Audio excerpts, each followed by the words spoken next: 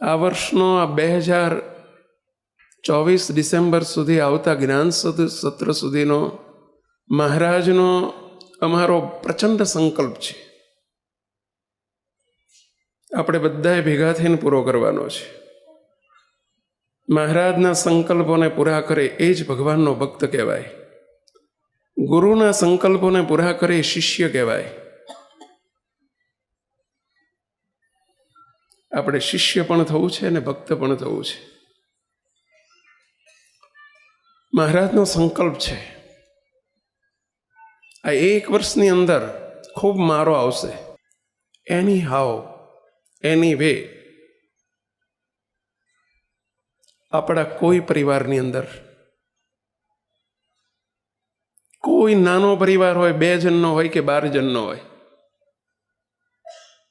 જો આપણે શ્રીજી મહારાજના હોઈએ, આપણે બાપાશ્રીના હોઈએ, આપણે કારણ સત્સંગના સભ્ય હોઈએ, આપણી વાત ઘણી ઊંચી છે, આપણી પ્રાપ્તિ બહુ મોટી છે. આપણને મહારાજે બીજા નંબરનું પદ આપ્યું છે, અનાદિમુક્તનું પદ આપ્યું છે. આપણી રીત અનાદિમુક્તને શોભે એવી જોઈએ. આપણો પરિવાર અનાદિમુક્તને શોભે એવો જોઈએ.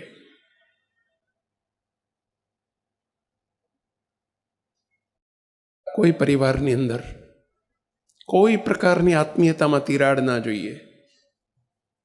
કોઈના મન જુદા ના જોઈએ.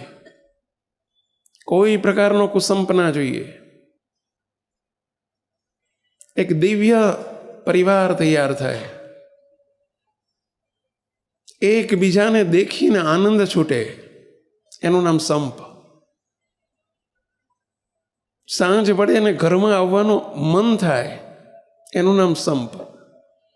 એકબીજાની જોડે બેસીને હળી મળીને રહેવાનું, જોડે રહેવાનું મન થાય, એનું નામ સંપ. જોડે બેસીને જમવાનું મન થાય, એનું નામ સંપ. એકબીજાના હૈયા મળેલા હોય, એનું નામ સંપ. આપણે એવો સંપીલો પરિવાર બનાવવો છે. સંતો, આપ સૌને પણ વિનંતી કરું છું, આપણે બધાએ આ જેહાદ ઉપાડવાની છે, ચળવળ ઉપાડવાની છે. તમે જે ડિસ્ટ્રિક્ટમાં જે સેન્ટરો તમને સોંપ્યા છે, ત્યાં પણ હું તમારી પાસે સર્વૈયો માગીશ. જ્યારે જ્યારે વિચરણમાં આવીશ ત્યારે આપણા સેન્ટરના જે પરિવારોમાં કંઈક પણ કુસંપ હોય, કંઈ પણ આત્મીયતાની તિરાડ હોય, પરિવારમાં સુખ શાંતિ ન હોય, એવા પરિવારોને ટાર્ગેટ બનાવજો, બેસાડજો, સમય ફાળવજો, એવી એક ટીમ બનાવજો.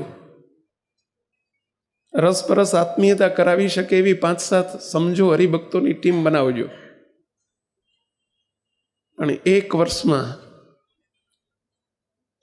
આપણા અવરભાવના સર્વે પરિવારોમાં એક સુખ શાંતિનો એક માહોલ ઊભો થવો જોઈએ. તો